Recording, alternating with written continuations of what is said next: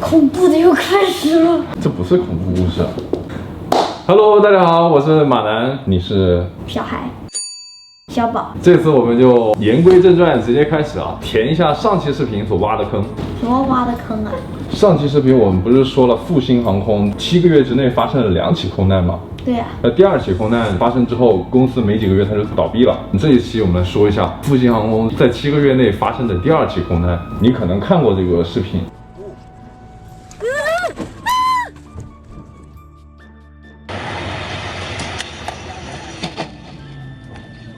这个飞机为什么在空中会翻转80度，然后直接就摔到了河里面？在短短的起飞几分钟之内，到底发生了什么事情？2015年2月4号，复兴航空235航班，一架 ATR-72 600飞机。我们上期视频说的是 ATR-72 500飞机，这个飞机比上期那个飞机要大一点，而且多少？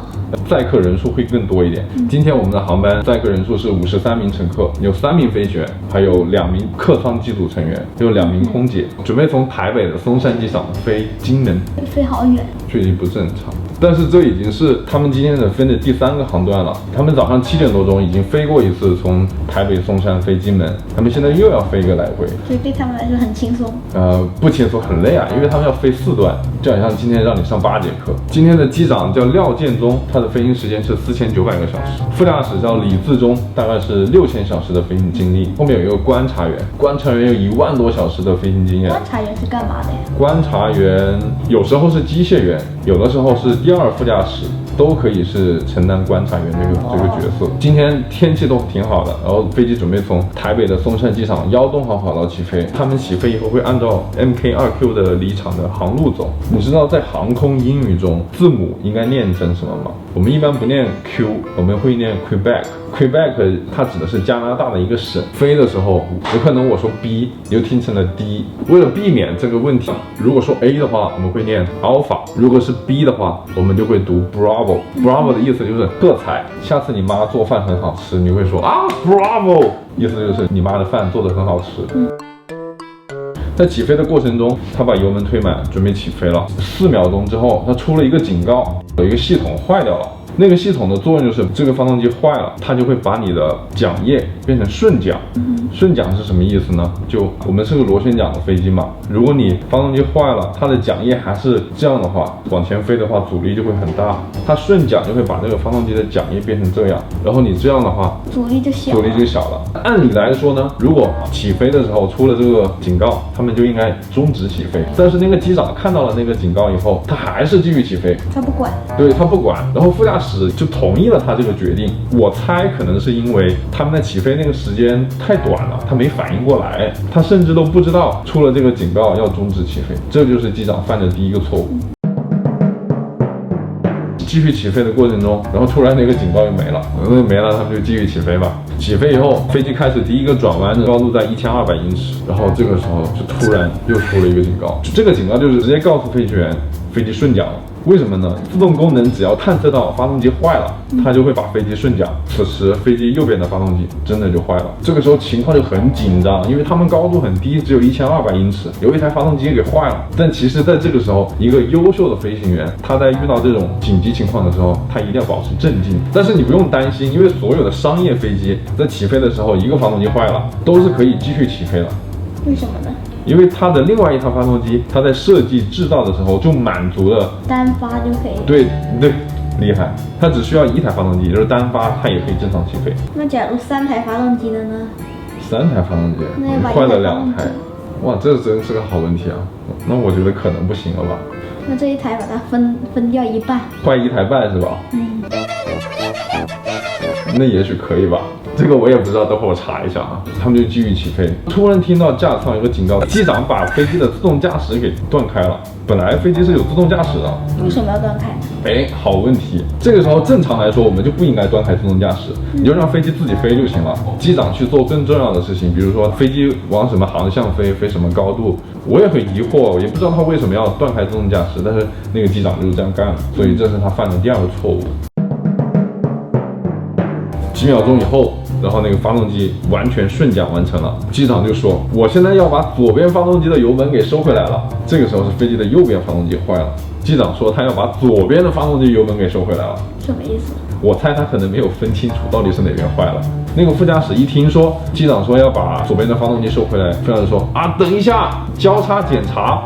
但是机长这个时候就跟他说，你去把发动机失效的航路找出来，因为他们这个时候发动机坏了，他不能按照原来的离场航路走了，他必须要走他发动机失效的航路。副驾驶就被他的这个命令给打断了思绪，他就去找那个航路了，忘记跟机长交叉检查，然后机长就偷偷摸摸的就把油门给收回来了。这个就是机长犯的第3个错误。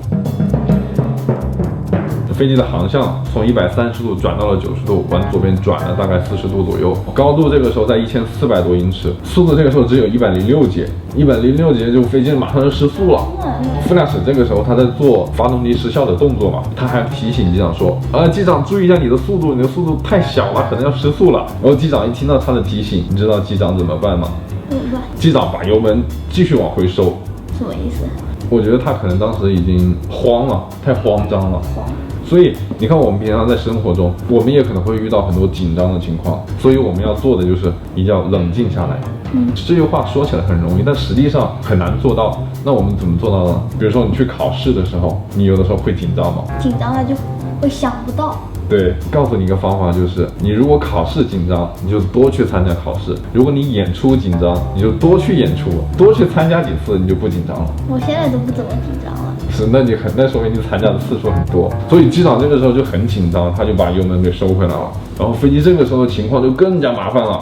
本来副驾驶在做程序，还有一点速度嘛，飞机还是往上冲，一直冲到了1630英尺，不能爬得再高了。当它爬到这个高度的时候，飞机就开始失速了，飞机就开始往下掉。为什么它会加大推力，然后呢下压机头？你说的很好，开始失速了以后，就开始出各种失速警告，比如说 stall，他们那种操纵杆会抖的。就比如说那就害怕了。所有的情况都一起来的时候，又 stall 又抖震，然后机长就这个时候就更紧张了。刚才你也说到了，如果飞机失速了，我们要做的就是2个事情。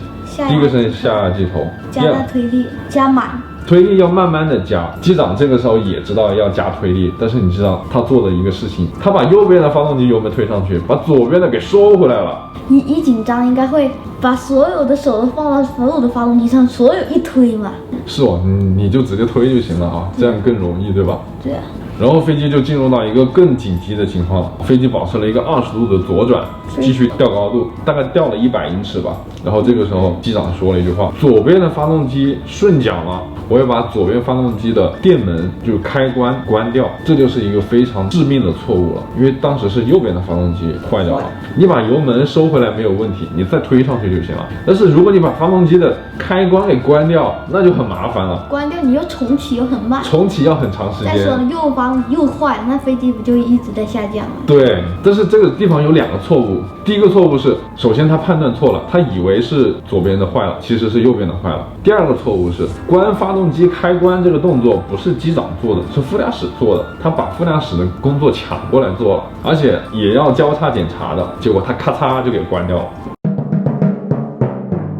然后飞机现在的情况就特别混乱，又出现 stall 警告啊 stall， 然后驾驶杆还在抖，同时飞机本来是左转，还变成向右转，乱。对，就整个情况就很乱。然后机长这个时候就赶紧跟塔台报告说，紧急情况 Mayday， 我们现在发动机失效。但是呢，他这个紧急情况报告被别的飞机给干扰了，塔台也没有听到他说的是啥玩意儿。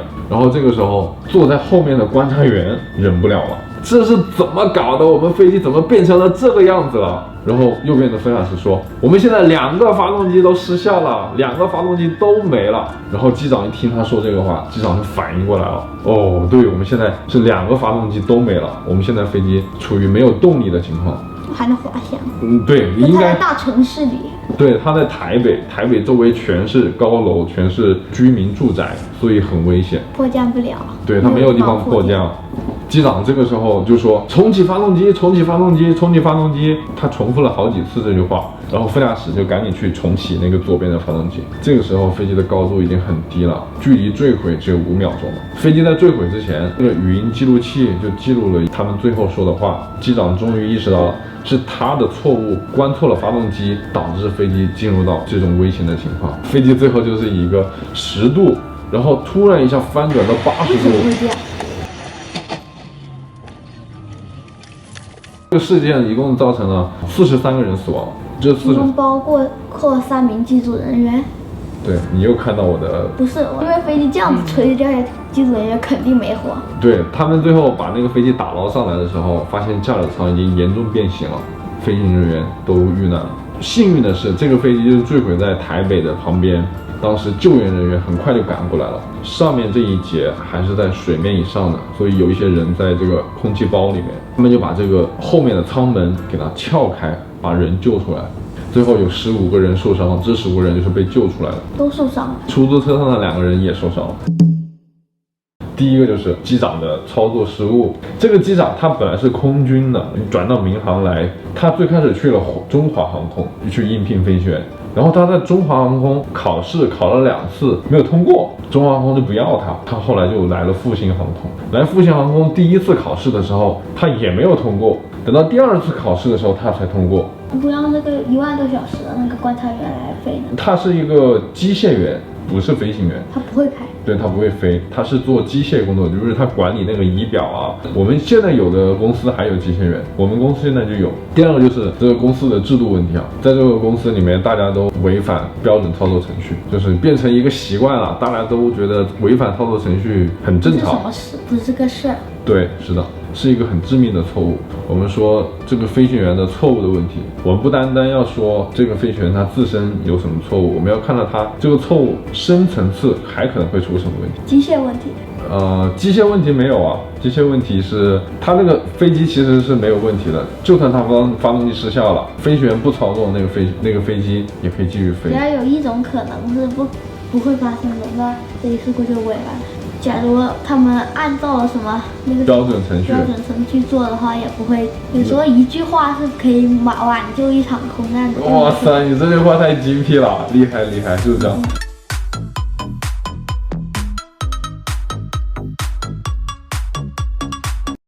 你确定你不要吗？